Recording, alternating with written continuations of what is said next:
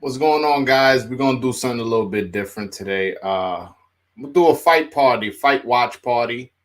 So I'm gonna be watching the fight on my computer screen. So if you see me looking down, that's what I'm gonna be looking at. I'm gonna be giving you guys a breakdown. The only thing I will say is, excuse the new camera look. I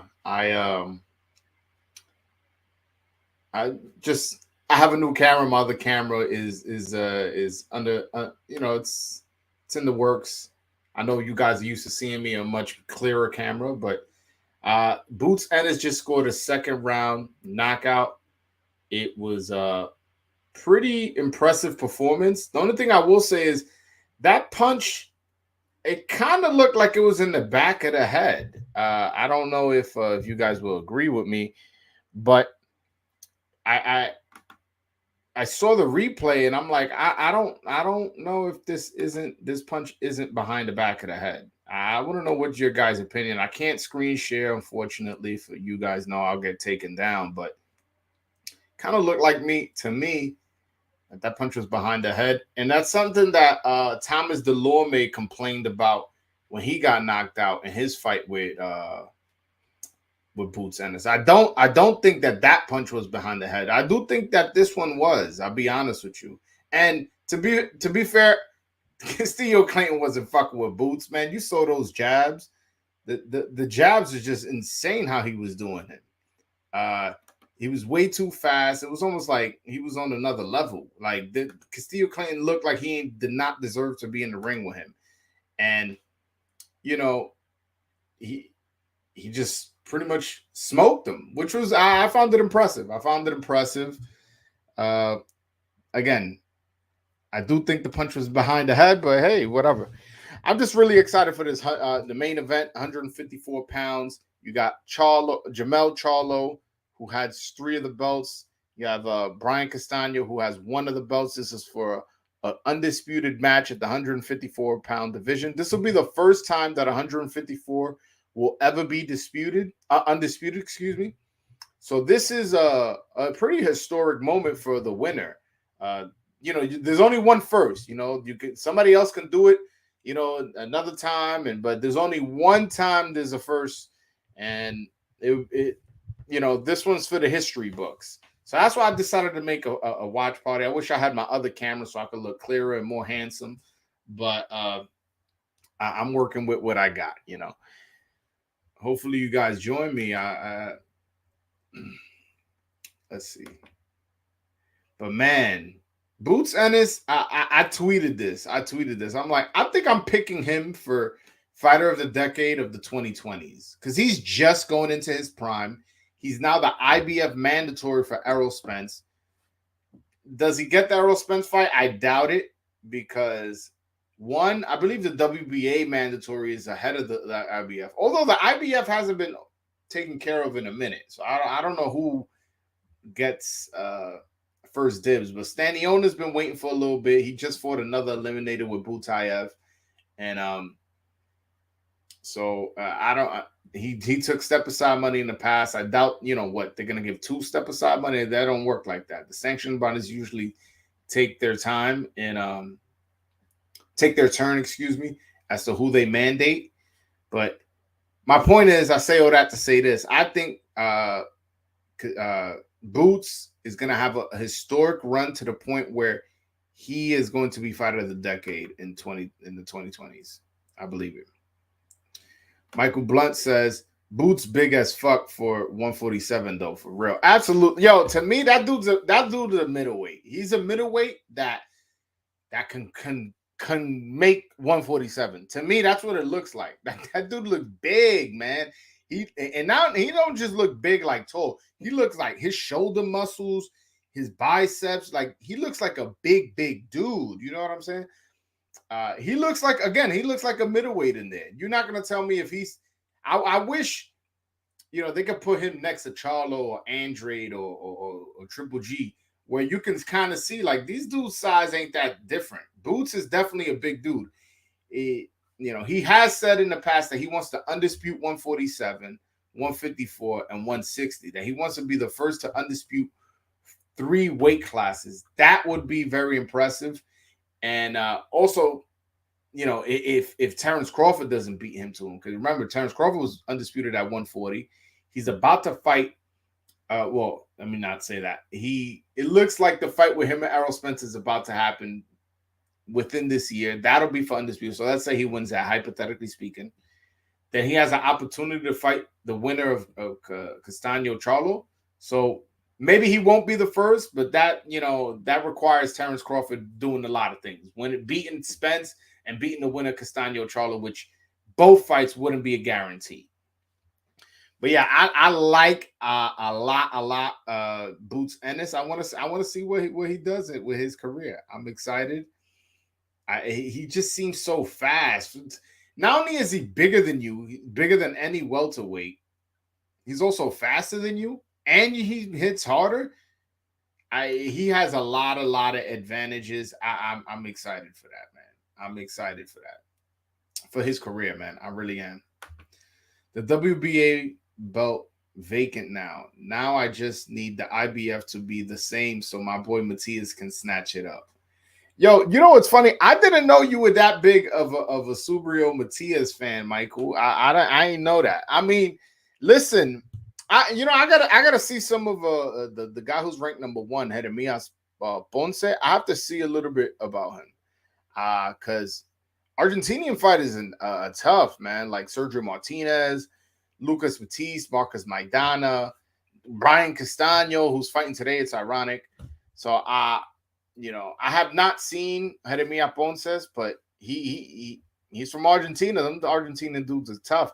And Michael, you are a loyal subscriber. You know I've been talking about Gustavo Lemos, the Argentinian 135 pounder, who I'm really high on. He's ranked number 1 in the IBF in the 135 pound division. So we'll see. But I let Matias focus in on getting that IBF belt, because my man gonna get the WBA, and then if there needs to be a unification, don't worry. I got my money on Puello. I got my money on Puello. For real, man. For real. I just like his style, bro. For real, because you know that video I sent you of me on the heavy bag. I like throwing a lot of hooks. Yeah, man. The thing is with Subriel Matias is, yo, he likes to go to war, like, and yeah, don't get me wrong, it's entertaining for the fans, but it gets to a point where that's gonna wear on you, or you're gonna go to war with the wrong guy, where the guy's like, okay, you want to go to war, he's just gonna hit you with shots you don't see, aka Elvis Rodriguez. You know what I'm saying? But I wouldn't like bank on Matias being a like superstar, because, or having a long career, put it like that. He really needs to work on his defense. Yeah. Hold on. I'll post a link to the top of the chat. Hold on. In case you want to call in, Michael. I definitely use a co-host if you want to do this watch party with me, or whoever wants to watch the fight and talk about it. Hold on, let me pin it to the top of the chat. And that way we can talk if you want, or if you don't, that's cool too. All right. Carlos Montes, when does it start? I get off work in 30. Well, Boots Ennis just knocked out Castano Charlo. I mean, just knocked out Castillo-Clayton. Castano. The C's confuse me. He just knocked out Castillo-Clayton in 2 rounds. So you kind of blame Boots, because right now they're doing a little bit like showing like a little bit of documentary about who these people are, who Castano is, who Charlo is. And then the fight's about to start. So I don't know if you'll make it home in time. I'm not sure how far away your house is. I'm pretty sure the fight should be like round 1 should start probably like in 20 minutes, 20 to 30 minutes. I want to say it should be starting. But yeah, man, Michael, if you want to call in, link pinned to the top of the chat. But yo, by the way, this is a fantastic fight. I'm so glad the first fight ended in controversy. I thought Castano won. I did think it was a close fight, but I think he pulled it off. I don't agree with the draw. Like, A draw was the most. That's if you give in Charlo a credit for every single close round, in my opinion. I thought Castano won.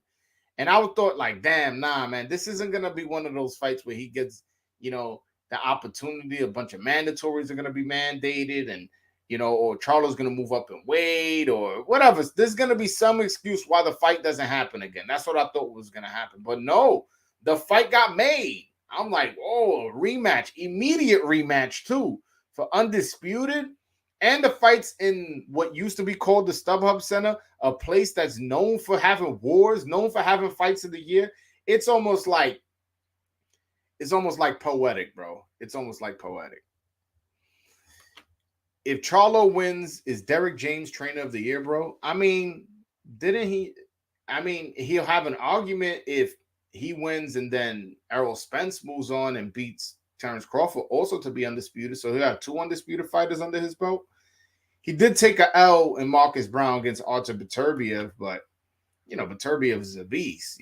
Like I cannot Derek James for his fighter losing to a unified champion who's now possibly going to be 3-belt unified after he fights Joe Smith.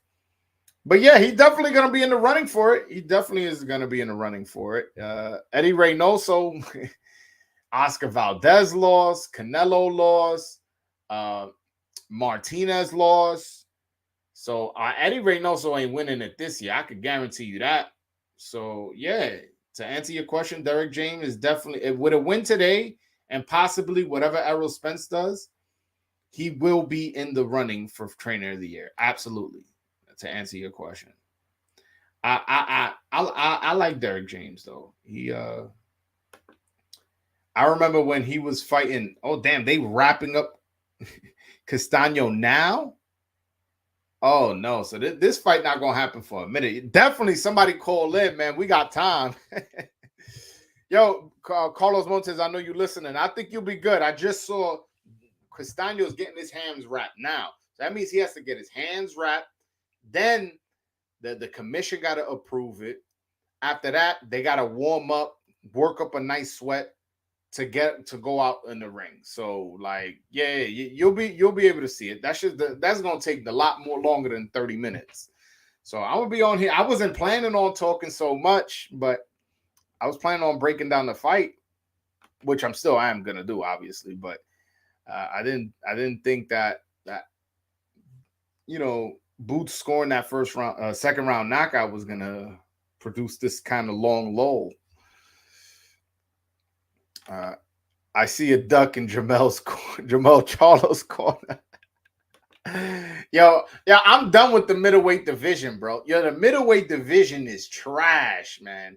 When's the last time you've been excited for a middleweight fight? The only fight I was somewhat excited for, and I say somewhat, was Triple G versus Murata. And this is a fight between, again, both champions, so it was a unification title fight. But the fight, both have been off like 2 years, both been off long layoffs. And then the fights in Japan, like at 6 a.m. here in America, like, come on, man. I'm done with the middleweight division, bro. I'm done. Middleweight division is fucking ass, man. Yo, and this is one of the most historic divisions in boxing, man. You look at the champions, who was middleweight champions from the 20s all the way to now, and you'll go, damn, that's the who's who of boxing. You got Hagler and Leonard and Sugar Ray Robinson and Roberto Duran and Bernard Hopkins. Yo, you got a lot of legit Hall of Fame talent, like top 5, top 10 Hall of Fame fighters who, were middleweight champions at one point. And now the middleweight division, they making those fighters fucking turn over on their grave, man. The shit is disgusting. Didn't Boots Ennis land on the back of the head? I'm not sure. That's why I'm asking. Yeah, it did kind of look that way. It did, to be honest with you. And I don't want to take away from Boots' performance because he was gonna knock that guy out anyway. So I don't want to but it did look that way. It did. I'm not gonna sit here and lie. But Hey, we'll see. We'll see what if Castillo Clayton puts in a petition. I mean, not a petition, a, a fight, like a claim, like, oh shit, I got hit in a protest. There we go. He puts in a protest for the fight. I don't know. I don't know. Like, but it did. He does have a case. Like, if I'm a commissioner and that gets presented to me, I am gonna look into that. Was that an illegal blow? But I don't know if he leaned into it, because a lot of times, if let's say, like for example, if this is not what happened, but I'm giving an example. If I'm like this and I turn my head and you hit me in the back of the head and knock me out, like, what am I supposed to do? Like, that's so I don't know. He was kind of ducking down as Boots was throwing the overhand right, but I don't know if, like, they're gonna make the argument like, oh, he ducked down into the punch, as opposed to, no, Boots Ennis hit him in the back of the head on purpose, which I don't think it was on purpose, but it did look like it landed in the back of the head. It did, and I'm not a hater, bro. Like, listen, I'm a fan. I'm a Boots Ennis fan. I even tweeted out. I said, I think I'm picking Boots Ennis to be fighter of the decade of the 2020s. I said that on Twitter. But hey, man, like, that did look a little shady. It did look like it landed in the back of the head, man. But again, I don't know. I don't know. I don't think he should have been disqualified. Put it like that. Like, at worst, a no contest. But because I don't think it was intentional. I don't think it was intentional. I want to see where Boots goes from here, because now he's the IBF mandatory. But let's just say Errol Spence fights Terrence Crawford for Undisputed. The sanction bodies are definitely going to approve that, by the way. Like, all right, is Boots just going to sit on his hands waiting, or is he going to fight somebody? Who does he fight next? I don't know. Does he fight Cody Crawley? Fight Lucas Santamaria? Michael Fox, who's been on my show. Shout out to Michael Fox. I don't know who he fights, but it's gonna get interesting. It's gonna get interesting. How many more till you think Boots is ready for the top guys? Dude looks amazing. I think he's ready for the top guys now, bro. I mean, to be honest, and by top guys, I mean everybody except Spence and Crawford. And if that's what you meant by the top guys, I think he needs a fight against either Danny Garcia, a Sean Porter, a Keith Thurman, somebody with experience that before I can say, all right, he beats Crawford, he beats Spencer. But I think he has all the tools to compete with those guys. And by the way, Michael was talking about this earlier. He's bigger than those dudes. Yo, that's a middleweight that can make 147. That dude is big, man. Like, I don't know how he makes that weight. Let me see if I can pull up a picture of him, so y'all could tell me if this is like what you would think a fucking welterweight looks like. Hold on. Let me put up his IG real quick. All right. Hold on. Let me screen share. Come on. This dude is not. I have no idea how he makes 147, man. I really don't. I'm looking at the pictures. I'm going to pull it up right now. Yo, this is at the weigh-in, bro. How is that a welterweight? I don't like. I don't see how he makes the weight, and he weighed in 146.2 pounds. That dude is huge. Let me look. Hold on. Let me pull up another picture. Come on, man. Come on. This dude is huge for the division. I'm surprised he look. If I told you, hey man, I just signed a prospect. He's a boxer. This is a picture of him, and I showed you this picture. You're not gonna tell me, oh, is he what weight class does he fight? Welterweight? You're not gonna say that to me. You're gonna be like, well, he's a middleweight, super middleweight. I'm like, oh no, he's a welterweight. You're gonna look at me like I'm stupid. Hold on, let me put up another picture. This dude looks ridiculously huge. Come on, man. Come on. I don't know, man. He's gonna give a lot of people problems just based off his size. He's 5'10". Yep. 5'10", that's a great height for a welterweight. He's 5'10", so meaning he definitely got some size on him, or like height on him. And even if he moves up to middleweight, most of those guys are usually between most 6 foot. Like that's probably like the average height for a middleweight. That's just 2 inches in height advantage for the other fighter. But again, when we talk about like weight and he's compete. I think he's bigger than Spence and Crawford. He's definitely better than Crawford. Crawford started his career as a lightweight. Spence started his career as a welterweight, but Spence don't look that big. Not that he looks small. I mean, he doesn't look as big as Boots. I really don't. Boots should fight Igas Kavalaskis. That would be a good fight. Absolutely. That, you know what? That's a good fight. That's a good fight. I would love to see him and Virgil or him and Conor Ben, but we know, like, you know, they're just gonna be like, no, that's a fight for later down the line and this and that. And I'm like, I don't know, man. I would love to see that. But yeah, Igas Kavalaskis is somebody who's been in there with Terrence Crawford, been in there with Virgil Ortiz, has a high knockout percentage. You know what I'm saying? I would like to see that fight. That height means he can be pound for pound for sure, as long as he stays disciplined and wins. Yeah, and to your point, Jay, when you say discipline, I have seen him get hit with shots. Not this fight, honestly, but in general, I have seen him get hit with shots where I'm like, oh, you know, if that was Crawford, it may be a different story. You know, if that was Spence, I don't know, you may have gotten wobbled. So I do want to see him clean up his defense. Again, not this fight. This fight, he looked fantastic. I didn't even see him get hit with a punch, to be honest with you. If he did, I must have blinked. You know? So he definitely needs to work on a few things, be a little bit more disciplined on his defense. But I think he just knows he's so much faster and so much more powerful that he's willing to take a risk. He's like, you know what? Like, I'm going to just quickly dispose of you. Yeah, you're going to hit me. And plus, again, you got to remember, this guy's huge. Like, I'm literally just saying how big he is. So maybe he's like, I'm really a middleweight. This is a welterweight punching me. I could take that, but let's see if he could take mine. His knockout percentage is crazy. Like, let me pull up his knockout percentage. So he knows his record speaks for itself as far as the percentage of knockouts he has. I believe he's like 27-0 with he's 29-0 with 27 knockouts. Yo, that's a 90% knockout ratio. Oh, and the guy he just knocked out today is an undefeated fighter. Well, was an undefeated fighter. Yeah, undefeated fighter, and knocked him out in the second round. Like, he can crack, man. He can crack.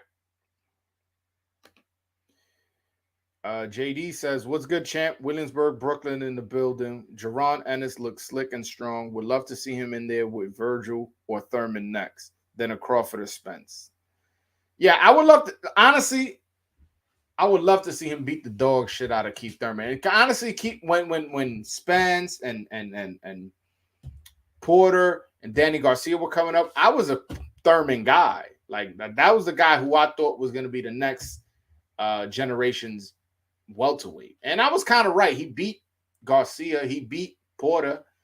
And then he had a really close fight with Manny Pacquiao. Manny Pacquiao had a little bit more left than I thought, because I actually picked Thurman to win that fight. And then he just got injured a bunch of times and was never really the same. But yeah, since he's on his way out, yo, throw him in there with Boots. You know what I'm saying? Boots is number 1 in the IBF. So if Thurman can't bring that big dog, what does he bring to the table? Yeah, you beat me. You just beat the number 1 ranked IBF fighter, so you could be put in the mandatory position. Maybe not. I don't know if he beats him and he gets the mandatory position, but he beats him, he'll definitely be ranked high in the IBF to the point where he'll possibly be mandated for a title shot. So, and his name is buzzing, man. His name is buzzing. Like, you got people, celebrities tweeting about him. I remember Magic Johnson was tweeting about him after the Delorme knockout. The owner of the Raiders was tweeting about it after the Delorme knockout. I haven't been checking Twitter, which I probably should. But I'm pretty sure his name is buzzing now off that knockout. By the way, what the fuck was PBC thinking putting this fight in LA? I don't know, man. And then there's what, two other LA cards happening in Los Angeles. I thought it was a bad move by them. I thought that fight should have been done in New York, because the reason one of the reasons why the fight took place in New York, I mean in LA, is because in order for the fight to happen, Castano was saying it can't be in Texas. He goes, he refused to fight in Texas. He felt he got a raw deal fighting in the other fighters' hometown or home state, because it wasn't his hometown. The fight was in San Antonio. But yeah, so he and then they decided on LA. I don't know, man. I thought it was a bad move. They should have fought. They should have fought in New York, man. That shit would have sold in New York. You would have had a Philly kid. New York is only 2 hours from Philly, so they would have came and supported. And then there's Argentinians here. And then honestly, New York is a fight town. Like we show up for fights. If you're giving us a good fight, regardless of what race and nationality the fighters are, we'll pull up. That's a Barclays Center fight. I don't understand why the PBC ain't put it in the Barclays Center, to be honest with you. I was really disappointed. But guys, if you guys want to call in, even if it's just a chit chat while we wait until the fight starts, please hit that link and we could have a conversation, man. I love when y'all call in and ask me questions. I spoke to Jake Donovan today on a Twitter space. I got a lot of answers to my questions. So if you guys want to ask me something, I'm pretty up to date with all my boxing news. So I spoke to one of the best insiders in all of boxing. By the way, is the Zulu fight started? I haven't been watching it. I'll be honest with you. I ain't watching Zulu fight. If y'all know how busy my day was today, y'all be very appreciative that I'm going live. But yeah. Let me see who won that Zulu fight. Tell me in the chat who won and how did he look. I'll have to watch it tomorrow. Looks like Zulu won. Hold on 1 second.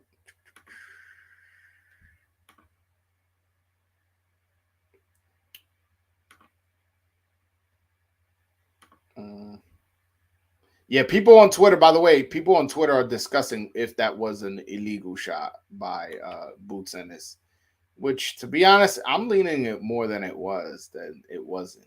If I'm being 100% honest, and I don't want to do it because I'm a boxing fan. I'm a Boots Ennis fan. I don't want to diminish his win, but like I gotta call it how I see it. I'm not gonna sit here and lie. One thing I'm not gonna do is lie to the public, man. Yeah, that arena too small for a fight like this too. And you're right. The Charlos fought a lot in Barclays, so they definitely messed up. Yeah, I don't get it. And then you got a guy fighting on the undercard that's from Philly. People would have pulled up from Philly. Wallow and Gilly would have pulled up to support, and maybe Stephen Fulton would have took that drive, and Danny Garcia would have took that drive, and to support their fighter. You putting that shit in LA is like, come on, bro. No, and then there's a bunch of fights happening in LA. The Zulu Ramirez fight was in LA, and then the Kovalev fight was in LA. Oh, I see. Zulu won by body shot. I gotta watch it. Honestly, I was really, really busy today, man. I was running around doing a bunch of shit. I was all over New York City today. But I was like, I definitely gotta watch this Castano Charlo fight, man. For sure. By the way, who y'all picking? Let me know in the chat who y'all picking. Are y'all picking Charlo? Y'all picking Castano? Or y'all picking a knockout, a draw? Are y'all picking a draw again? Let me know. Where in BK are you from, and who do you think is the next to hold the crown for boxing in New York? Well, I'm from East New York, Brooklyn. And as far as who do I think is going to be next to hold the crown in New York, honestly, New York don't really got a lot of good boxers right now that I could really, endorse. Like, oh, this person. I mean, Amanda Serrano's from New York. I know she just lost, but shout out to her, man. She put up a great performance, and she's definitely a future Hall of Famer. So I'll answer it that way, but that's a little bit of a cop out. Teofimo Lopez, if he could get his mental straight, although he's kind of from Florida. Berlanga, I don't know, man. He got to show me more, man. I don't want to talk bad about another Brooklyn night, but god damn, man, I went to his last fight. That shit was boring as fuck. I feel like he doesn't know his identity yet, and he lacks a lot of skills. He has a lot of work on before I can really stamp him as to say he's the next to hold down New York.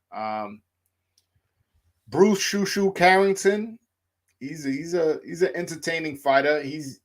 I also was live at his last fight. I didn't like how he went to war with this guy for no reason. I felt like he could have boxed him and beat him. So although he is entertaining, he showed he has a lot of power. He knocked this guy out cold. I do think that he's a talented guy from New York. Who else is from New York? Richardson Hitchens, but his promoter's dicking him around. He's a talented fighter. Yeah, there's nobody who really I can really go like this person's a superstar. The only person I would say is Teofimo, but he's going through his mental health issues, man. And I wish he gave more interviews, man. I wish I could interview Teofimo. If I could interview any boxer right now, you give me the opportunity. Canelo, Wilder, Joshua, Fury. You give me any of those guys, I'm picking Teofimo. And you probably be like, oh, those other ones that get you more views, the other ones that get you more subscribers. I don't give a fuck. I do this for fun. You know what I'm saying? I do this to enjoy myself. And the guy I want to hear from, the guy who I have questions that I need answered is Teofimo Lopez. And I feel like every time he does give an interview, he says a lot of little things, and the interviewer doesn't like quite catch on to things and doesn't want to lead him into more, to explain to himself a little bit more. I honestly, if he came on my channel, that shit would be epic, bro. Make it happen, guys. Everybody go spam Teofimo. Be like, yo, you got to give Broadway Joel an interview, man. He's a big fan. He got a lot of questions for you. A lot of questions he needs answered. You know what I'm saying? Nah, it's not about to start. I mean, it's the next fight, but right now they're interviewing LL Cool J. Again, you're going to be good. You're going to be good. The fight probably going to start like in 15 minutes, 15, 20. Yeah, that's what happens when the first round, when you get a second round knockout, the guys weren't ready yet, so they didn't wrap up their gloves. They didn't warm up. And that's, warming up is essential. That's why a lot of times when you hear somebody get knocked out in the first round, they're like, oh, they caught him cold. What they mean by what they caught him cold is they didn't warm up enough. So a lot of times when you go in the ring, see the guy sweating already. You're like, damn, the fight hasn't even started. Why isn't he sweating? They in the back doing the pad work because you want to open up your lungs. You want to open up, your body to get prepared that, okay, no, we're going to fight. So that's why a lot of times you see fighters shadow boxing right before, hitting pad work right before, doing jump rope right before, because they want to open up their lungs. They want to warm up. Yeah. Good seeing you, bro. I ain't been so busy with school. It's all good, bro. I get it, man. Just watch when you can. Watch after the live. That's all I ask, man. A lot of people be like, yo, I missed your live. I'm like, it's all good, man. Just put your headphones in when you're in the gym working out, or when you're on the train heading to work, or you driving, just connect your iPhone when you driving, got that hour-long drive, listen to my shit, man. And make sure you hit that like and subscribe button, man. Hit that like and subscribe button if y'all haven't already. But anybody want to call in, by the way, the link is pinned to the top of the chat. If you guys want to ask you something, it doesn't have to be about boots. It doesn't have to be about Charlo Castano. It could be about anything. It could be about, by the way, the WBA officially has stripped Josh Taylor for his title of the 140-pound division. So he's no longer undisputed. That title is now vacant, and Alberto Puello, my Dominican brother, will be fighting Ismael Barroso for the vacant WBA 140-pound title. Uh, I'm excited. That'll be another champion for the Dominican Republic. I'm actually hearing that Puello's promoter is trying to bring that championship fight to the Dominican Republic.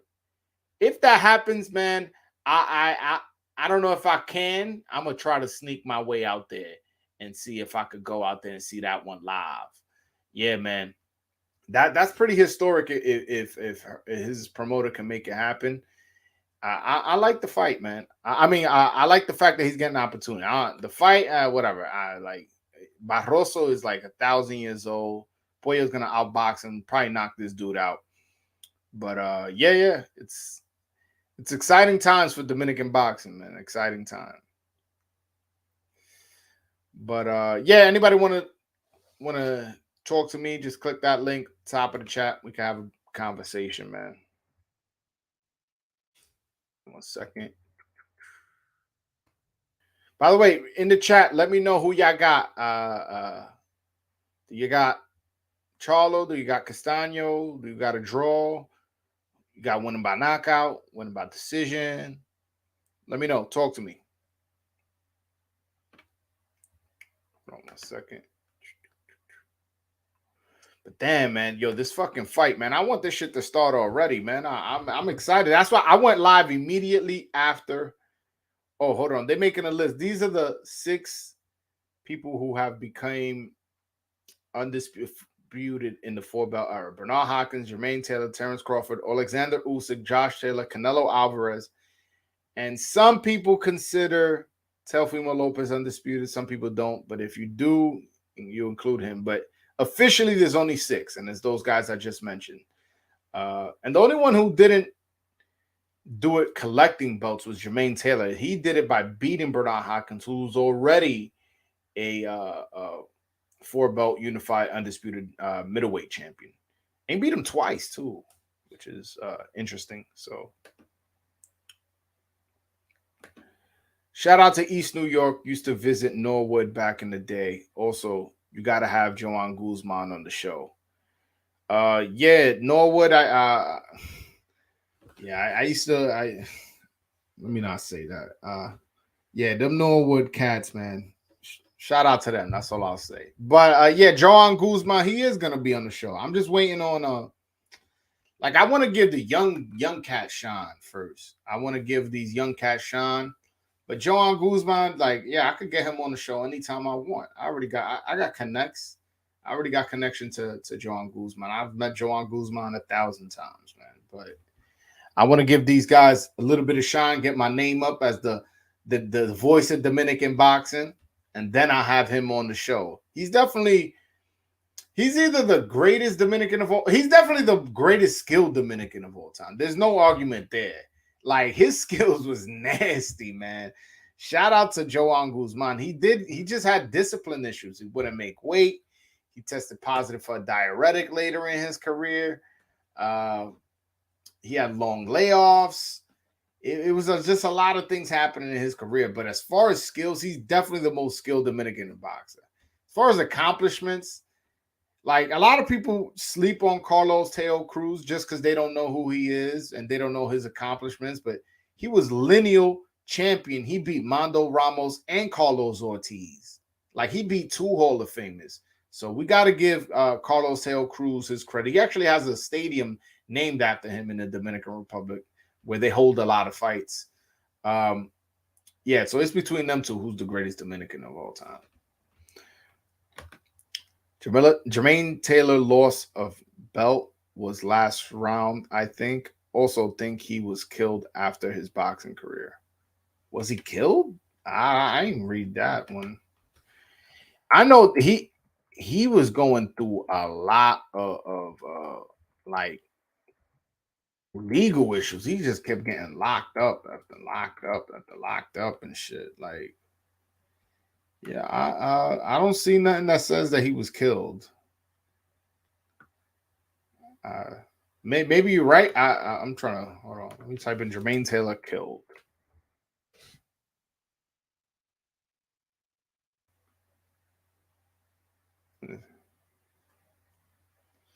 Yeah, I don't see nothing that says he was killed. I believe you. I'm not saying.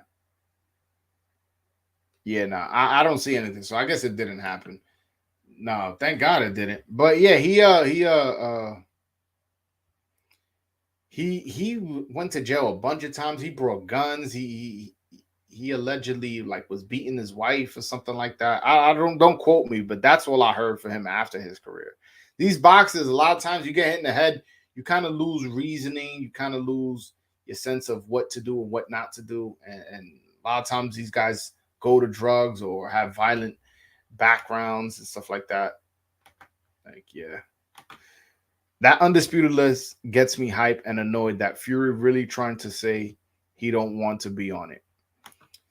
I don't know what Fury is doing. Like, he's very, very unpredictable. He beats Vladimir Klitschko in a horrible fight, but becomes lineal heavyweight champion, then goes into a deep depression. Who the fuck would have guessed that? Then comes back in horrible shape, and then what, in 2-3 fights, knocks out fucking Deontay Wilder twice. Like, who predicts that? And then now he's saying he's retiring. I don't know whether to believe him or not. He's a very unpredictable guy. And by the way, in both fights, he said what he was gonna do. He said, "Oh, I'm gonna just go in there heavy as possible and come forward and knock him out." And that's exactly what he did. I was like, I don't know. You could, because when he was saying that, I wasn't believing it. I was like, yeah, yeah, yeah. We saw the first fight against Wilder, how you boxed, and you came in, pretty good shape. You're not going to come heavy, and you're not going to be aggressive. But no, that wasn't the case. So, yeah, I don't know why he says that. Yeah, that was Vernon Forrest, not Jermaine Taylor. Yeah, and Vernon Forrest got. By the way, Vernon Forrest, if I'm not mistaken, was Al Heyman's first boxer. I could be wrong on that, but I'm like pretty sure I'm right. So that's a pretty historic feat, considering Al Heyman basically runs boxing now. Yes, all the good fighters. All right, fighters are all warmed up. They're all, I see the thing Lions only, but I see a duck in Charlo's corner. Joan Guzman's there, my Dominican brother. By the way, if Charlo wins, we gotta give my Dominican brother Joan Guzman credit. But if he loses, he can't get none of the blame. That's how we doing it. All right, cool deal. By the way, anybody want to call in? Now's your chance because they're about to start walking out, and what I'm not gonna be trying to be talking back and forth with somebody while the fight's going on. Hold on. Yeah, that's it. My bad. Oh yeah. Is Castano wearing Canelo's brand gloves? Let me check. Hold on, because I'm clicking back and forth.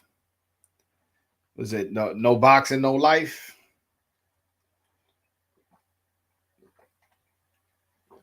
Yo, I like Charlo's like robe. That shit is fire. It has the snake skin with the tassels on the side, burgundy. I don't know why I like burgundy boxing clothes. I feel like it looks nice. Even the gloves, burgundy. It gives it like a nice like old school regal look. I don't know why I like it. I remember Klitschko one time came out in a burgundy robe and it had the big shoulder pads and he looked real dope. I don't know, but yeah, I really like Charlo's outfit. Shit's fire. All right, Carlos Montes, the only one who actually gave me his prediction, says I got Castano by unanimous decision. There we go. We got one for Castano by decision. Hold on, I'm gonna write them down. I got Charlo 11th round KO. I got Charlo. Let's see. Carlos Montes. I'm writing these down. Montes, Castano, UD. All right. Vo had the burgundy gloves. Look classy. Yeah, man. I love that. All right. Jay, I'm putting you down for Charlo, 9th round stoppage. All right. There we go. I got two. I got two. But I'm gonna be scoring the fight as the fight goes on, so that way at the end of the fight, I'll let you know what my scorecard is in total. It's some Jay. I haven't seen you in a minute, bro. He got Charlo 11th round as well, so he's like me. He got Charlo in 12th round. By the way, if I, like this is a 50-50 fight. I'm not gonna troll you if you got this one wrong. Like, I'll give you credit if you get it right. That I will do. But if you get it wrong, like, this is a 50-50 fight. Anybody could win. Castano's no fucking pushover. He's definitely I feel like the physically stronger fighter. And Charlo's the harder punching fighter. And probably the more skillful as well. This is a 50-50 fight. As again, it's an undisputed fight for a reason, and Castano's bringing a belt. It's not like, oh, it's an undisputed fight because Charlo has all four. No, this is an undisputed fight because Castano is bringing a belt, and I felt beat Charlo the first time. So, although he was hurt a few times, I felt he was beat. I felt he beat Charlo. I really do.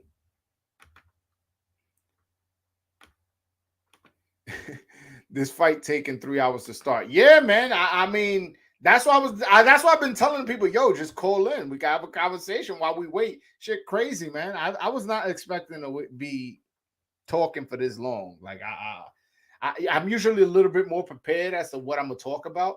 I have my notes and shit, and I'm like, all right, I'm gonna talk about these 4 or 5 subjects. Obviously, I'll talk off the cuff, but my man, like, it's 11:20 p.m. here in the East Coast. Can we get the fight going?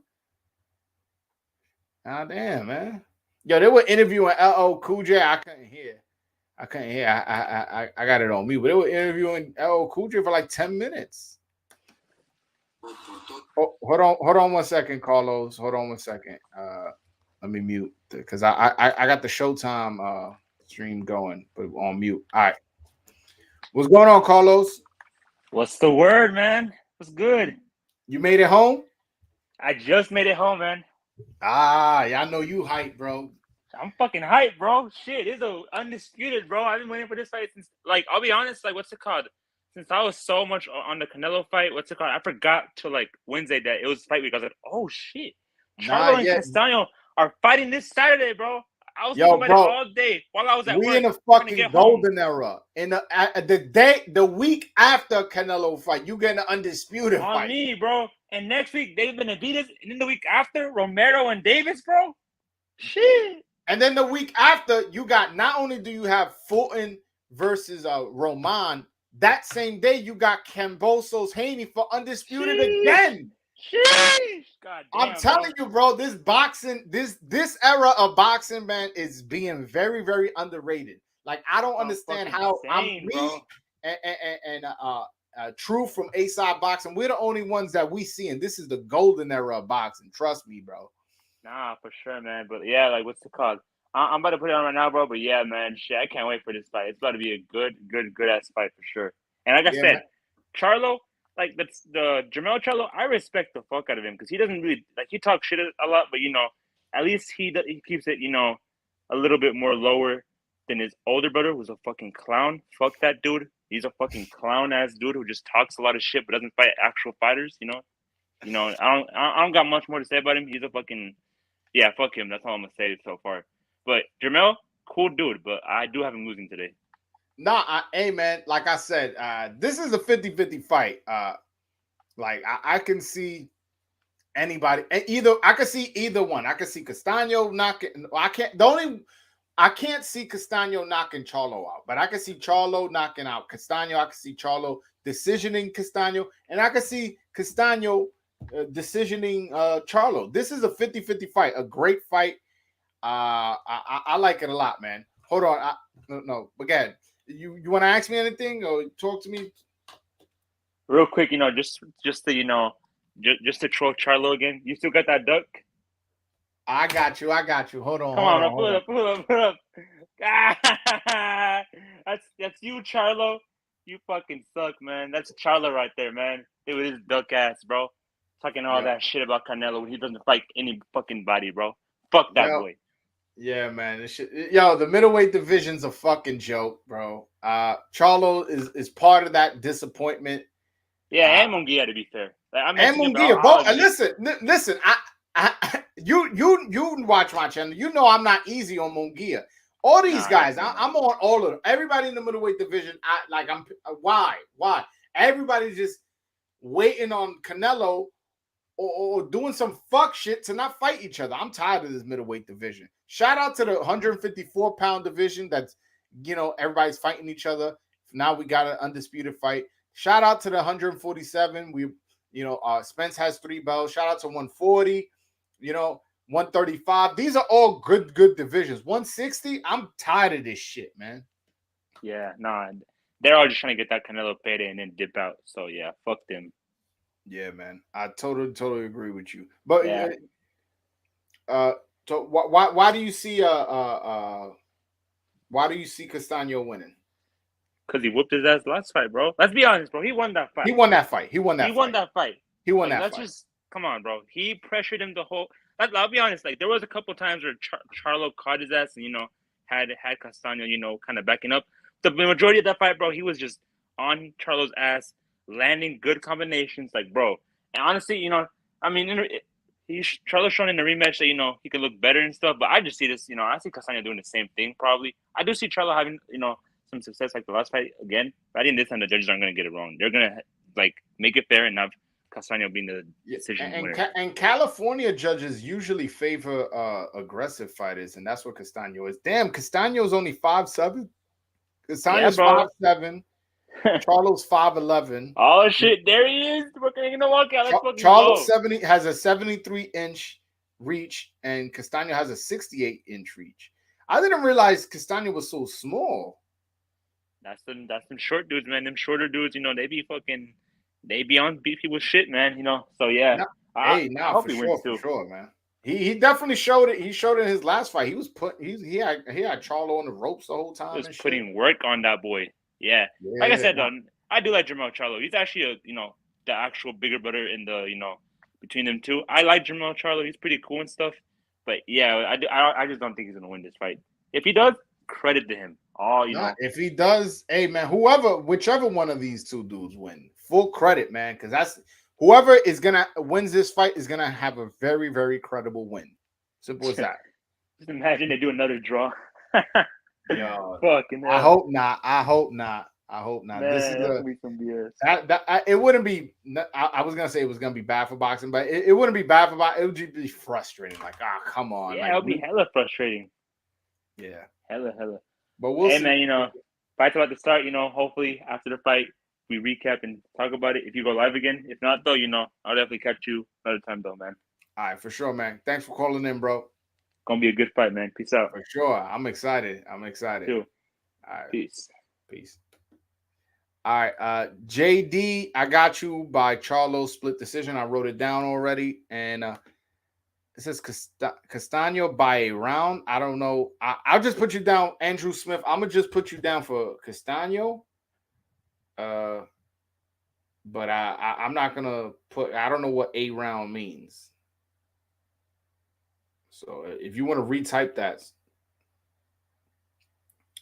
please do. I'll add it, what round you wanted to. Respect Castano for being so short and competing so well. Wow, that junior welter height. Yeah, no, he's really short. Come on, man. Skip all these announcements and shit. Let's get to this fight, man. We waited long enough, man. God damn. Was the Ennis fight worth anything? I mean, the Ennis just blew him out, basically. He just came out there, boxed, won the first round so convincingly, it's not even funny. Second round, he was winning very convincingly and then landed that shot, which I think it was behind the head, but I don't know.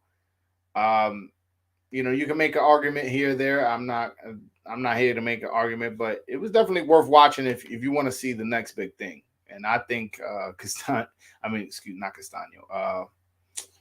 Boots is definitely the next big thing. Yeah, man. I'm like, when you get that feeling for when there's a big fight, I got that feeling right now, man. I'm excited, man. I really when Showtime put out their schedule, as far as remember they put out their schedule. I think it was back in March of the lineup of their fights. This was the fight I was most excited about. I was excited. This is for the lineal undisputed 154-pound championship. First time in the 4-belt era that 154-pound division is becoming undisputed, and I'm gonna watch it. I'm excited, bro. I'm getting. I'm like, I want this shit to start already. Ring that fucking bell already, man. Ring that fucking bell.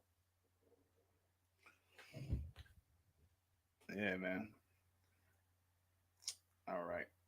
But Andrew Smith, let me know what round you could. I saw you you put Castano A round. I don't know what A round means. Hold on.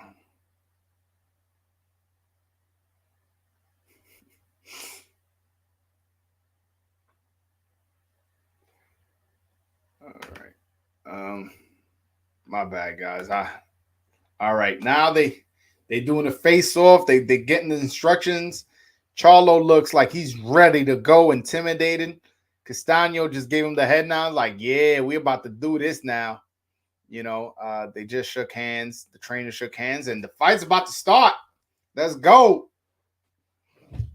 By the way, I appreciate you guys watching the fight with me, man. This is cool experience, especially it's first time ever 154 is undisputed. Let's go. I'll break this down for you guys. All right. Boom. All right. Fight started.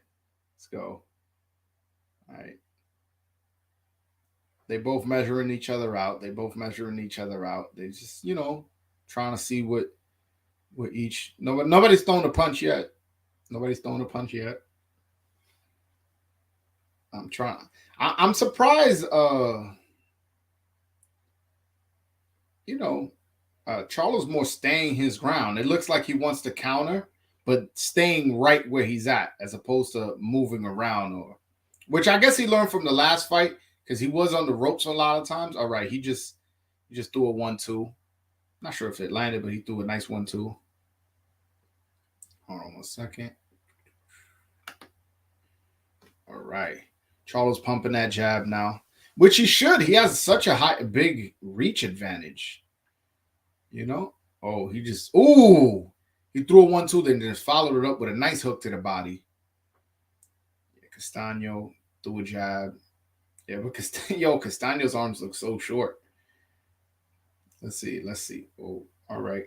He just landed a right hand, and then Charlo landed a nice left hook. Okay, which was why. They both just landed nice right hands. Nothing too crazy, but it was, nice right hands. Yeah, Charlo's definitely a lot more busier than he was in the first fight. In the first fight, he seemed a little bit more patient and I guess measuring Castano a little bit more. But this is a feel-out round, so nobody's really done much damage. I would say so far right now, Charlo's winning that first round. But again, still a minute left in the round. So okay. Oh, Charlo's boxing beautifully. When Castano tried to get in, they did a little exchange real quick. Yeah, Castano now, he just missed to the body, but I think he realized that Charlo's game plan is to move around. So if you want him to slow down, take some air out of those tires by banging that body. Right now, he's throwing his jab. He's a lot more. Now Charlo just landed 2 nice left hooks to the body. And he seems to be thrown with all his might. And although, yes, if you can knock a guy out that way, perfect. But that's dangerous, as you saw in the Canelo fight last week. You could punch yourself out. Like when you throw with everything at 100 miles per hour, you know. But hey, it's working, man. He definitely won this round. This is definitely a Charlo round. Oh, okay. Yeah, this is a Charlo round. I don't know how y'all see it. Write in the chat if y'all want to keep score with me. That was a Charlo round, in my opinion. Felt like he boxed better. He did his thing. He definitely did his thing. Yeah. So the key to victory, they're saying, is to stay off the ropes, establish a jab, and land the right hand. Honestly, those are great keys to victory. That is the keys to victory for Charlo. Stay off them ropes, because that's what got him last time. Him being on the ropes. Joanne Guzman in that corner. Shout out to him. For Castano, his keys to victory is to throw combinations, go downstairs, and double the left hook. That's going downstairs is exactly what I said. Take some air out of those tires. As Teddy Atlas will say, put some water in the basement. All right, second round about to start.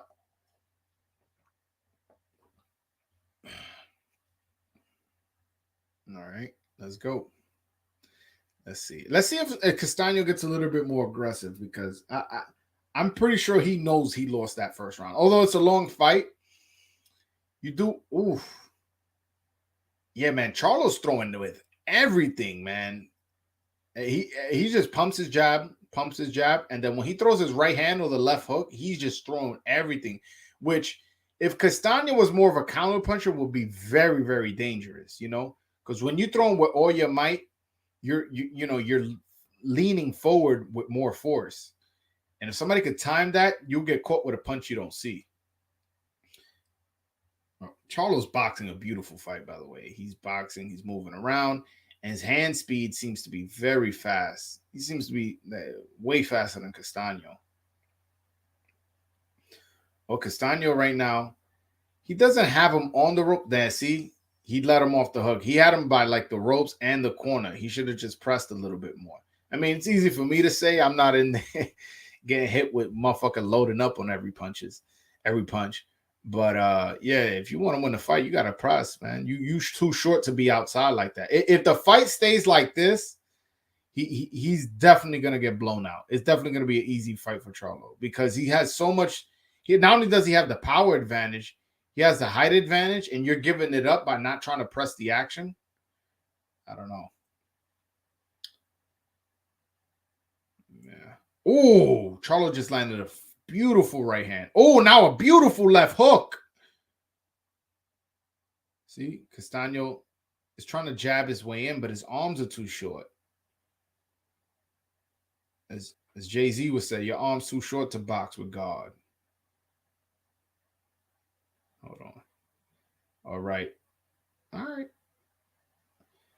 I'm curious as to, Charlo usually isn't never this active, and although he does use his legs at times, I've never seen him use his legs this much. I'm curious as to see how he handles this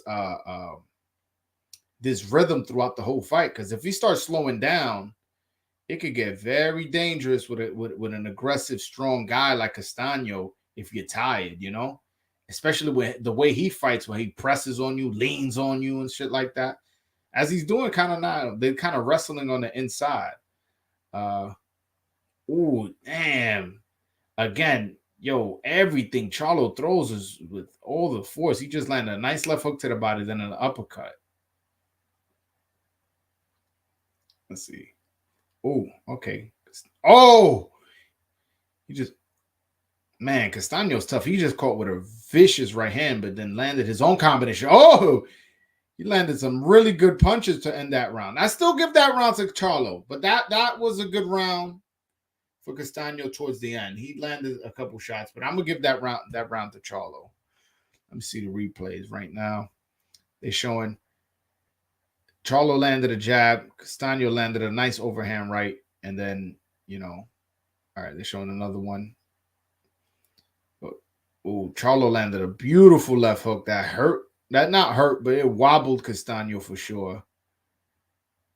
And then let's see. Yeah, they showed another right hand. But then Castano followed it up with his own right hand. Oh, nice. There's a lot of nice action there. But again, I'm curious as to see if Charlo can keep this pace. You know what I'm saying? Yeah, you can throw all you can as hard as you can. You can move around the ring the first 2, 3, 4, 5 rounds. But what happens when you start getting tired? You know, I don't know. We'll see. That's something to keep an eye on. But right now, I want to say he's boxing a beautiful fight. He's keeping the fight at a distance where it's advantageous to him.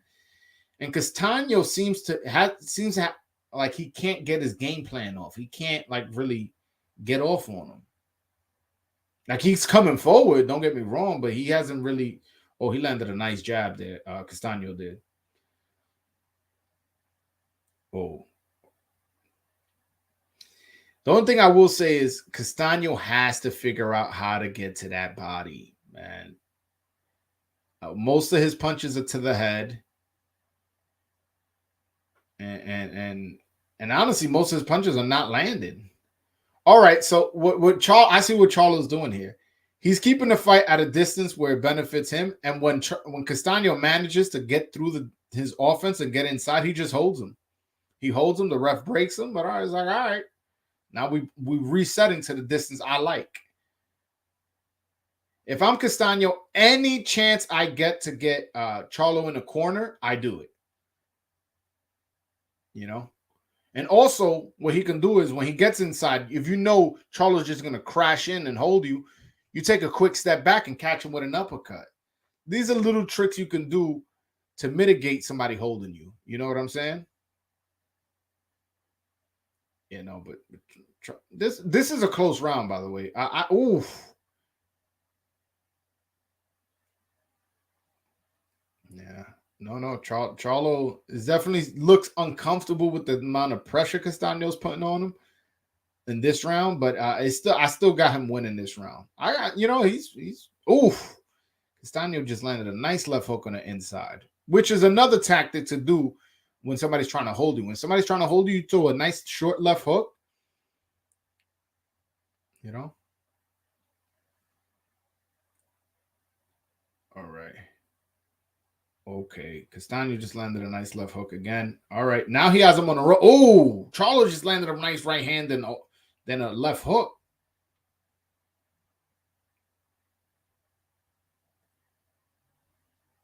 Okay, you see, right now Charlo's pumping his jab, but I think he's slowing down a bit because he was never getting on the ropes, and now he is. And now Castano's landing. This is a close round. I got Charlo winning the round so far, but this is a close one.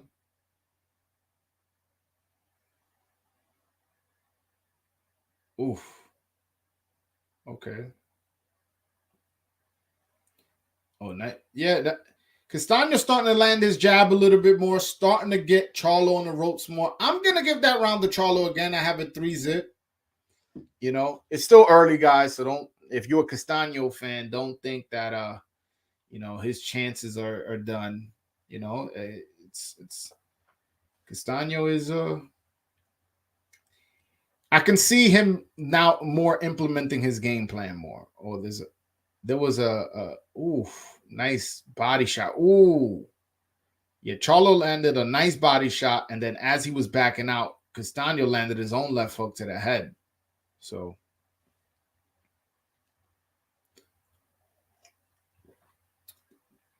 yeah, I don't like I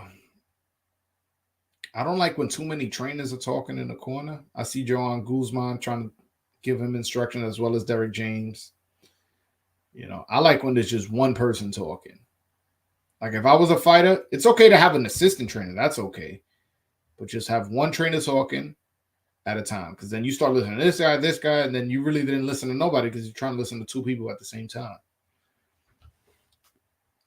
By the way, Charlo's trunks are fire, man. I really like his outfit. I really do. Yeah. Now he's establishing his power jab, which he hasn't landed it, but I can see him now throwing the jab with power, which again, now you're throwing your jab with power, may start losing steam. I don't know.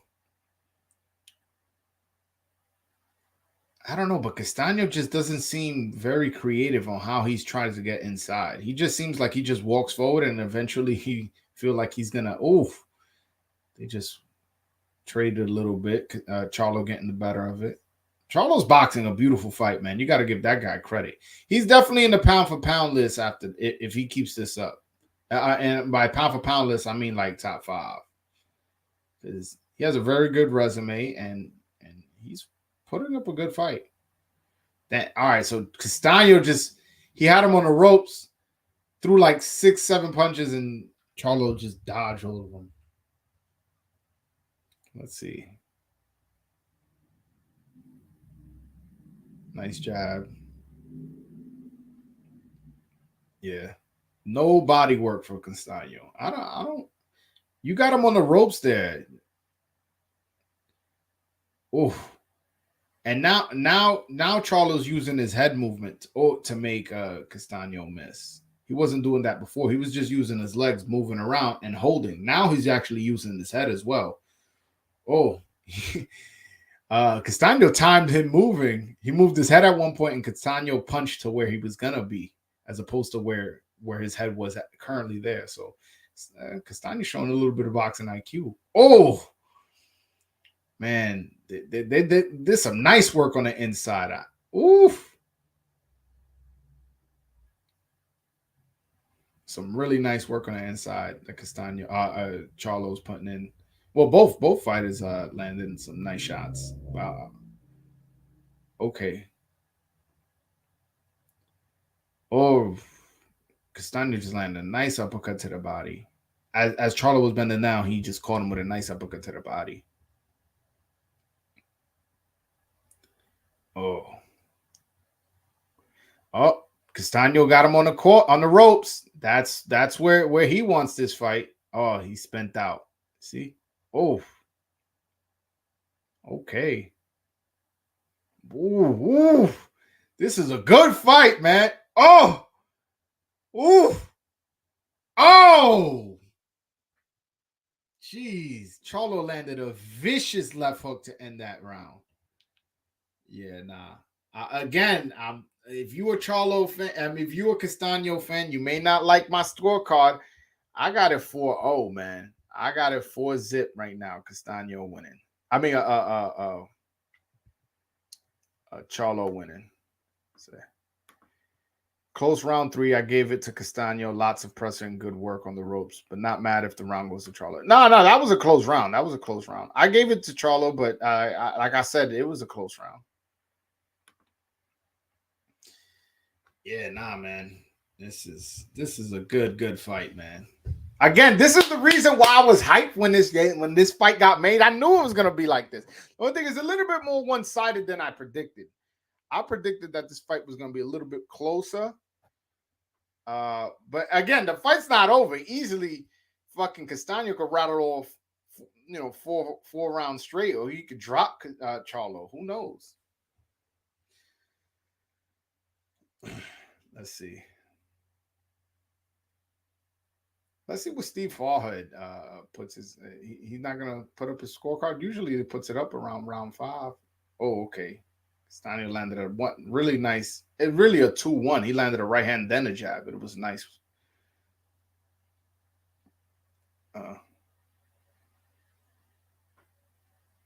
One thing I will say is, again, I keep bringing up the stamina of Charlo. Is Castano hasn't really been expending much energy. Oh, Charlo, he landed a nice left hook and then a nice right hand. Like, again, he's thrown with everything, so it was pretty clean. Yeah, he's a very heavy-handed fighter. A very heavy-handed fighter. But yeah, getting back to my point before those vicious punches were landed. Oh, oof. Man, Charlo's boxing a beautiful fight. I love what Charlo's doing. Yo, Derek James' game plan is fantastic, man. Fantastic. Move around, hold him anytime he gets on the inside. Use the jab to keep him off of you. You know, And also hurt him throw with everything you can, which again may come back to bite him. I doubt it, but it may come back to bite him if he tires out. But we'll see. Oof.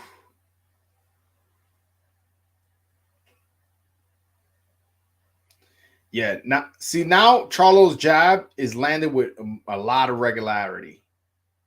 Oh, Castano landed some shots. Oh, Castano landed some shots. Castano landed some shots. Oh, he got him on the ropes now. He may have hurt Charlo. Oh, Charlo's fighting off the ropes. Oh, Castano just landed a nice right hand. Ooh, nice power jab from Charlo. Oh, Charlo's using his head on that one. Charlo used his head. The referee ain't warn him. Like he kind of. Oh, what beautiful uppercut by Charlo. Oh, nice jab by Charlo. Oh, nice left. Oh man, I think he's hurting. I think Castano's. Oh, Castano don't look like he don't know what to do. He just got hit with another overhand right, but he's still coming forward. Oh my god, now he got Charlo on the ropes. Now he's. Oh my god, what a fight!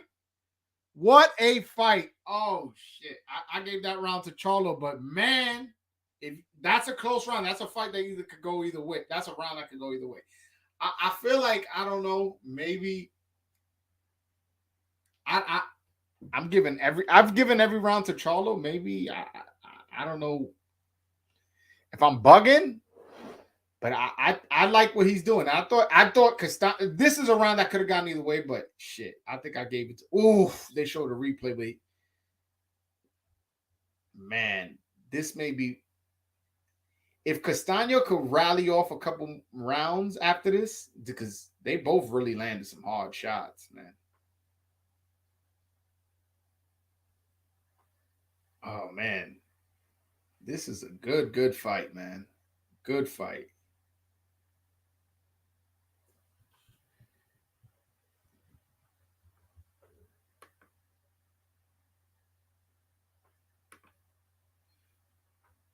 Let's see. Let's see what happens this round. I'm excited, man.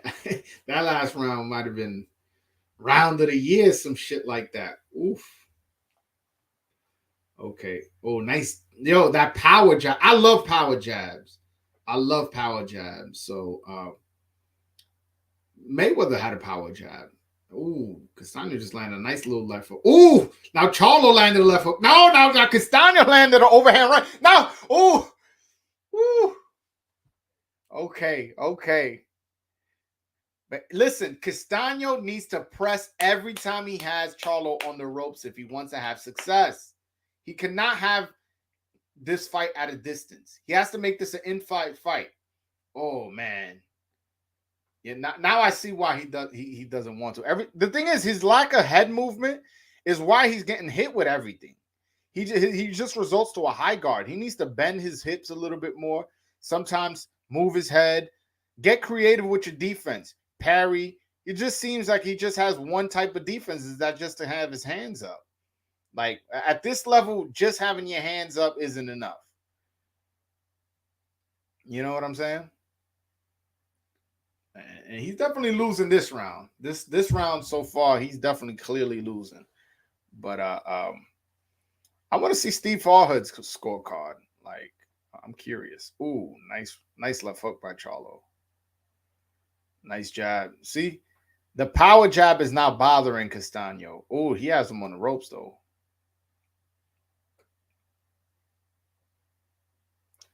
Let's see.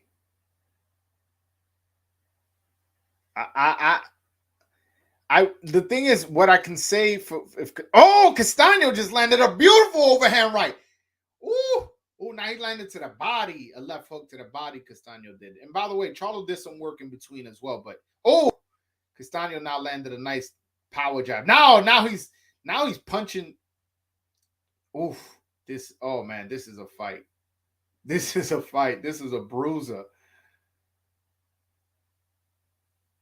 Hold on one second. Oh my goodness.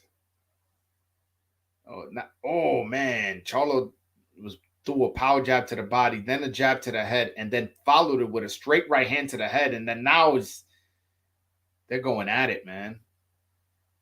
Oh, yo, Castano's chin, man. He's taking some shots. He's taking some shots and just not walk through him. That's a bad way of putting it, but just like kept coming forward. Woof. All right. I got that round, of Charlo round as well. But again, I got every round for Charlo, but there's 2 rounds that I said, if you scored it for Castano, I'm not gonna sit here and argue with you. That was a, oh man, they just showed a replay of that overhand right by Castano, and man, what a right hand it was. Yeah, man. See, this is what happens when the best fight the best. This is what happens when you get an undisputed fight. You get entertaining fights, man. Make more of them. Fight the best, gotta fight the best. Look at the type of fight we get, man. We excited. Look, everybody in the chat talking about how good of a fight this is. I'm excited. Y'all seeing me just go, ooh, ah. You know what I'm saying? Like, best gotta fight the best. And that's what we getting here, man. That's what we getting here. And that's why we getting a great fight. I just hope Castano makes it a little bit more competitive. Again, I have a little bit more one-sided, although it's a one-sided fight where I can see as competitive, if that makes sense. I like the fight so far, man. It really, really is a good fight. Again, my excitement for it is definitely well worth it.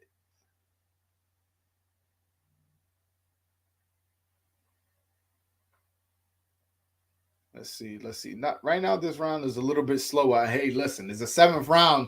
First 6 rounds, oh shit. Steve Harvard has it even. 57-57. Damn, my scorecard is crazy then. Or I don't know. This round, nobody's really done nothing. It's up for grabs this round.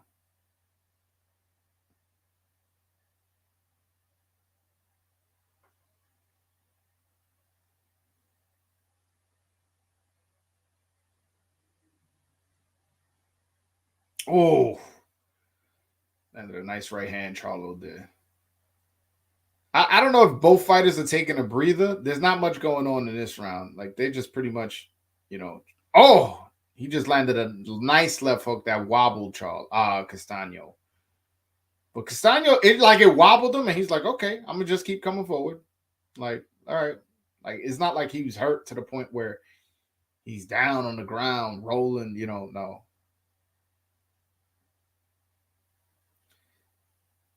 Castano's a tough dude, man. Really tough guy.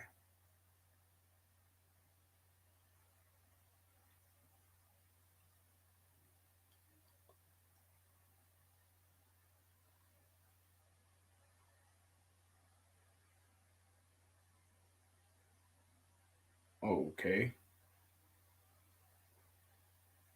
Man, nice job. All right.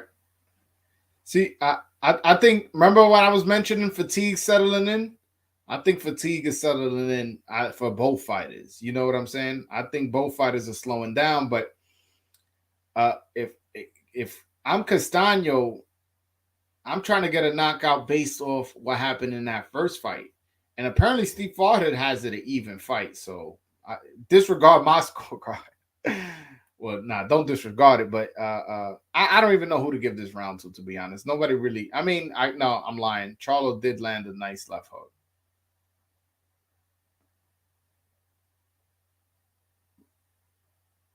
Yeah. Oof. All right. I don't know if I'm embarrassing myself, but I've given every round to Charlo. Am I bugging? Again, there was 2 rounds where I said that I feel like, I'm going to give those 2 rounds. Yeah. Charlo round, he buzzed him. I agree. Farhood got it even. Whoa. Yeah, I don't know. I don't know if I'm bugging or Steve Farhood is bugging, because I got Charlo winning every round. But again, there's 2 rounds where I could definitely see somebody saying like, "Oh, Castano won." There's 2 rounds that I just kind of liked. I honestly I tend to favor the boxer when I score fights as opposed to the not brawler, but the come forward fighter. And I felt like I like what Charlo's doing a little bit more. That round specifically, nothing really happened besides Charlo landed that nice left hook that wobbled him. Yeah. All right. Castano came out with a jab to the body. It's a little too late, man. It's not never too late to invest in the body, but you should have been investing to the body a little bit earlier, man.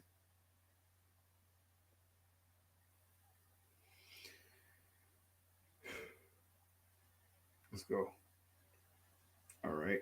Again, this round, I think both fighters are tired, and both fighters have taken, some pretty heavy shots from both fighters. So they both are a little bit hesitant to let go of punches, both for energy reasons, as well as for motherfucker getting punched in the face. You would want to you would be hesitant to come in and throw punches as well.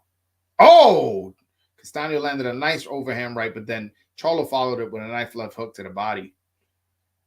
Okay. It seems like the action is about to pick up.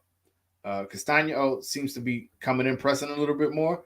And Charlo, every time he comes in a little bit closer, he lets go of his hands and he opens up. And again, Charlo, it seems like everything he throws is 100 miles per hour. Everything he throws is 100% effort. So again, he's hurting, not hurt. When I say hurt, I don't mean like hurting to the point where he's about to stop him, but he's hurting him to the point where Castano has to think twice about coming in. Yeah. I don't even know who to score this round for, to be honest, because Castano did land a nice right hand, but Charlo has been jabbing a lot. He has been a little bit more active. Still a minute left in the round.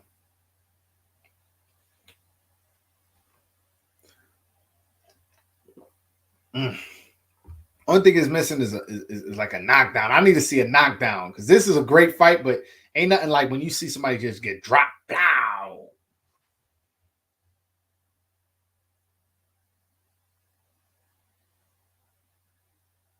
Let's see. Ooh.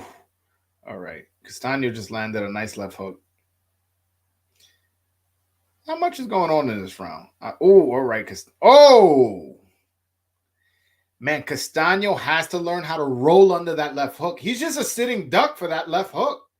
If I'm Derek James, I'm instructing Charlo that every single time Castano gets in punching distance, just swing with the left hook as hard as possible because you're either going to catch his high guard or you're going to catch his face. He stays with his head in the middle. He doesn't dip under it at all. That's something you learn, in the amateurs. Somebody's throwing a left hook. If you can time it, you roll under and throw an overhand right. I don't even know who the fuck to give that round to. I'm gonna give it to Castano just because I've been giving Charlo so many rounds. Yeah, I don't know. He has. I don't know what. He's just a sitting duck for that left hook. A sitting duck.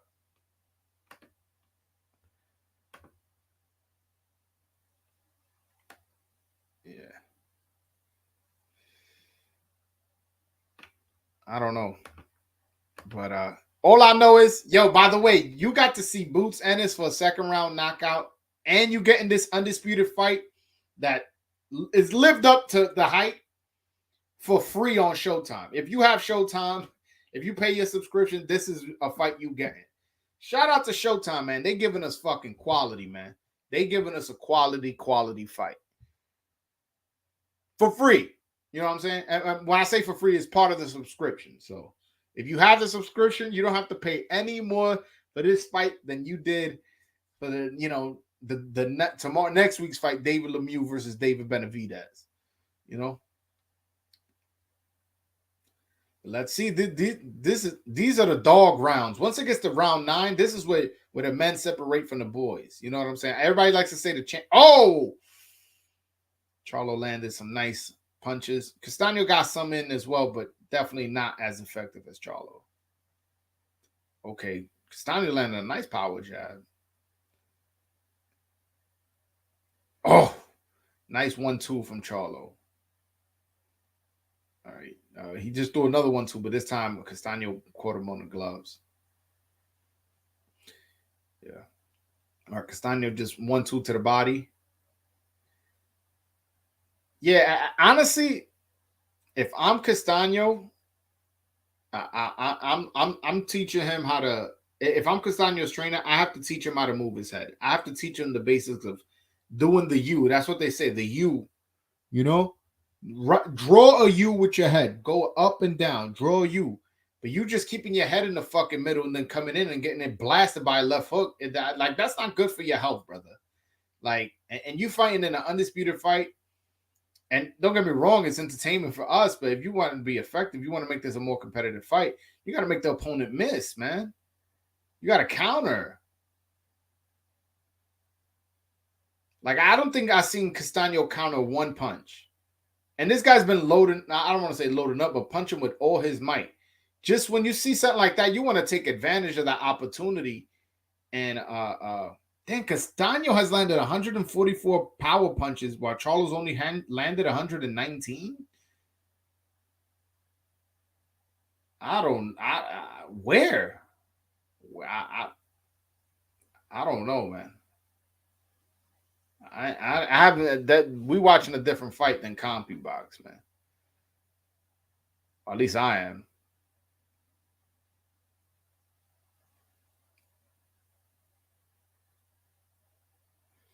Honestly, this is one of my first times watching a fight without the announcers. Because maybe they're watching it live. Maybe they can, say like, "Oh no, that punch looked." Oh, yeah, man. The thing is, to me, is that the eye-popping shots are landed by Charlo, and that's what I'm going off. To be honest with you, like if you land a punch, but you're not really hurting your opponent. You're not really making him not do what he wants to do. Like I can't give you that round. But Charlo, when he lands his punches, oof! All right, Castano just landed a nice like three punch combination. All right. Oof. All right. That was a good round. That was a good round. A good round. Oh, yeah, these replays, man. This is a fantastic fucking fight, man. It's living up to the undisputed billing. It really is.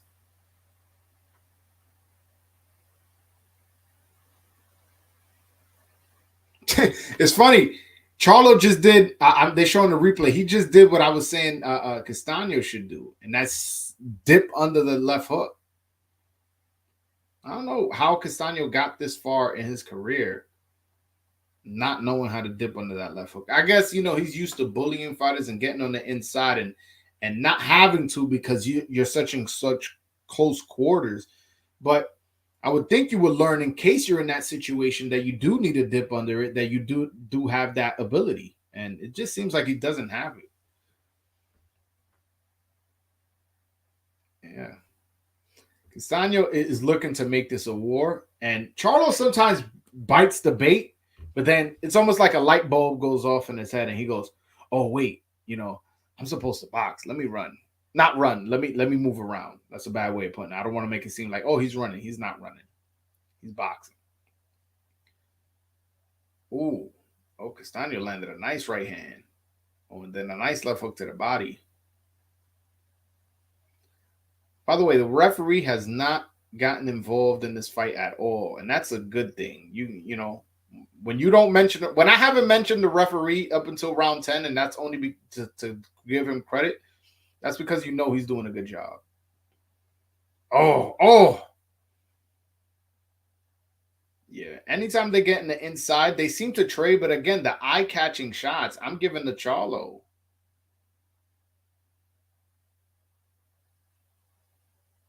Oof. Oh.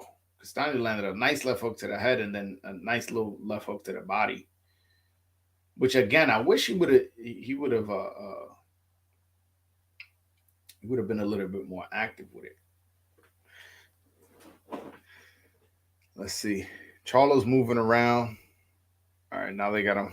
See, when they get it inside, because Charlo gives Castano a chance. Like, okay, let's brawl a little bit. He brawls with you and then goes, whoop. All right, now I'm back to my game plan. I gave you what you wanted. You didn't do nothing with it. You didn't do nothing with it. Or at least, then I don't want to say he didn't do nothing with it. You didn't do enough. You're gonna have to have more than a high guard to beat Charlo, man. And I don't know if Castano punches hard enough to, because he definitely been landed shots. He definitely landed clean flush shots. But oh, what a left hook by Charlo. Dropped him. Oh, I don't know if he could get up. Damn, I predicted 11th round knockout. Oh, he's wobbly. Yeah, stop this fight. Stop this fight. Yeah. Oh no, that he's not gonna make it. He's not gonna make it. Oh no, he's not gonna make it. He's not gonna make it. Oh, he got dropped again. Left hook to the body. He's hurt. He's wobbly. I told you. They should have stopped that. His corner should throw the towel in. Yeah, they just stopped the fight. What a fight. I predicted 11th round stoppage. It was a 10th round. Wow, I was off by a round, but what a fight, man. What a fight. I'm so glad this was my first ever fight party. Shout out to everybody who showed up, man. I really, really enjoyed myself. What a fucking fight. Yo, somebody call in, man. Somebody call in because I need to share my excitement, bro.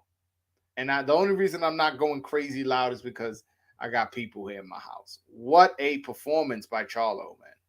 Shout out to Charlo. He put in a great performance. He probably is in my top 5 pound for pound. I may have to make a list, to be honest with you. And I'm not big on lists. I have made them before, but I need to give Jermell some credit, man. That was a fantastic performance against a really, really tough, rugged fighter in Brian Castano, a guy who I felt beat him in the first fight. He went and he right that wrong with a knockout performance. You know what I'm saying? It wasn't like he got lucky. No, he got the stoppage. And shout out to Broadway Joel for only being off by a round, by the way. Yeah, man. I said 11th. He got him in 10th. Shout out to Jermell Charlo. Congratulations on his win. He is now the first undisputed 154-pound champion in history of boxing, man.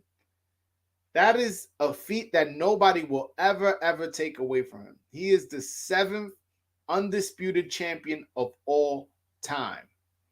And they're showing his girl. Shout out to his girl. She's a very pretty lady. But yeah, should have been stopped after the first knockdown. He was very wobbled to get up. Yeah, no, I totally agree. The fight definitely should have been stopped. I called it right there. Once I saw him get up looking all wobbly, I was like, stop the fight. But yeah, man, I was Jay predicted 9th round stoppage. He was off by a round. I predicted 11th round stoppage. I was off by a round. Issam J predicted Charlo by knockout in the 11th round, so he was off by a round. So everybody who picked Charlo was off by 1 round. Shout out to Jay. Shout out to Issam J. And shout out to Broadway J. We all were off by a round, but we got the correct prediction of Charlo by stoppage. Didn't think Castano would go out knocked out at most ref stoppage, Jermell. No, hey man, I don't know. Damn, by reading your fucking comment, I missed the replay. They'll show it again though. Hold on. Because that was a nice short little left hook. But again, let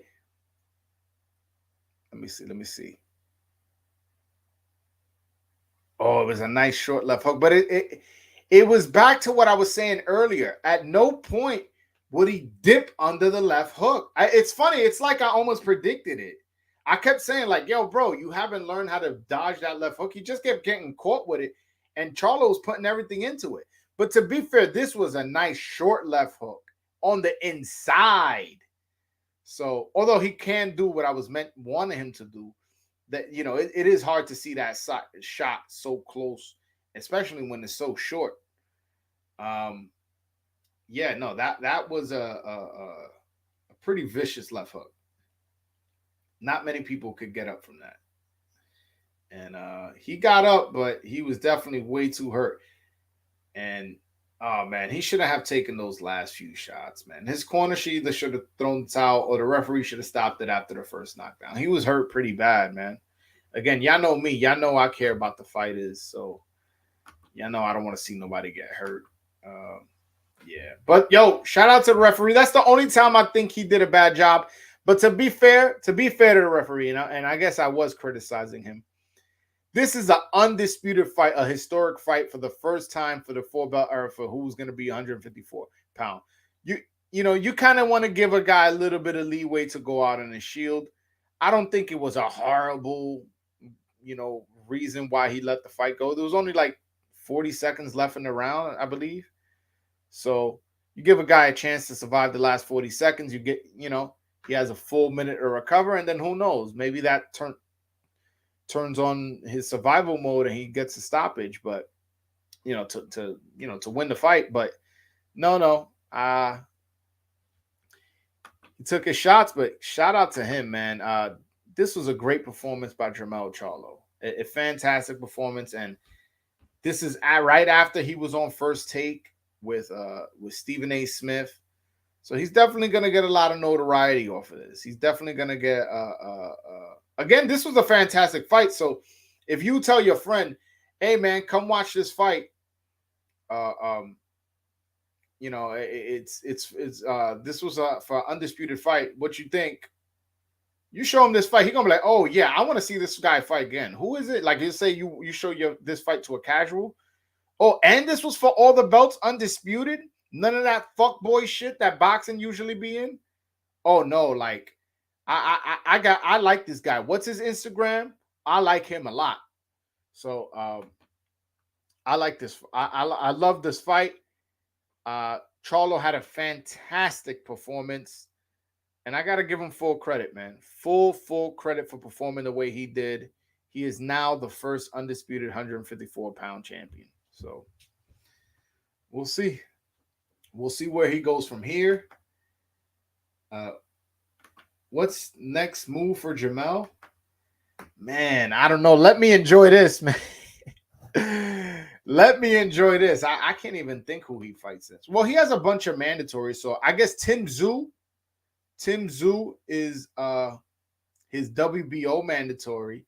Sebastian Fundora is his WBC mandatory.